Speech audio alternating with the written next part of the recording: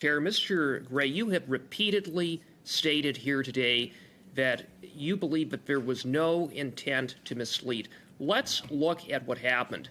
CTV spliced together 3 short sound bites. Sound bites spliced together, not even in the order that they were stated, to create an entirely made-up sentence, literally fake news, that entirely changed the meaning of what Pierre Poilievre said. So, on what basis do you conclude that there was no intent to mislead? On what basis exactly?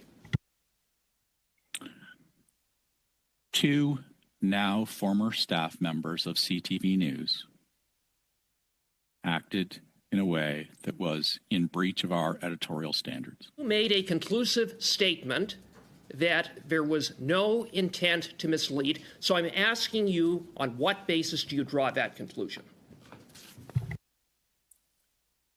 Based on 33 years of experience, and this being the first and only time no one anything believes like you. this And has ever happened. you said, for example, that the employee who altered the video, one of the 2 employees, said that he or she believed that it would be understood to be about the carbon tax election. Yet nowhere in the report is there any mention of the carbon tax election. So on what basis could anyone reasonably believe that that statement was made in that context when there was no context? Quite the opposite, disinformation. I disagree.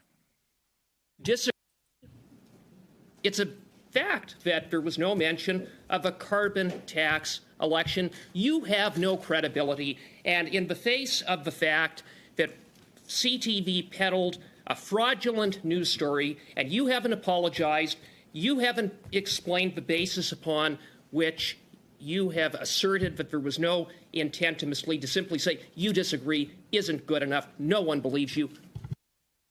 We have, in fact, apologized twice. You haven't apologized at all. You said there was no intent to mislead. No intent to mislead, but you can't even articulate the basis of why. There was no intent to mislead. We have apologized Say that, twice. but I asked you to provide a basis, and you haven't been able to provide a basis. 2:30. Go ahead, Mr. Caputo.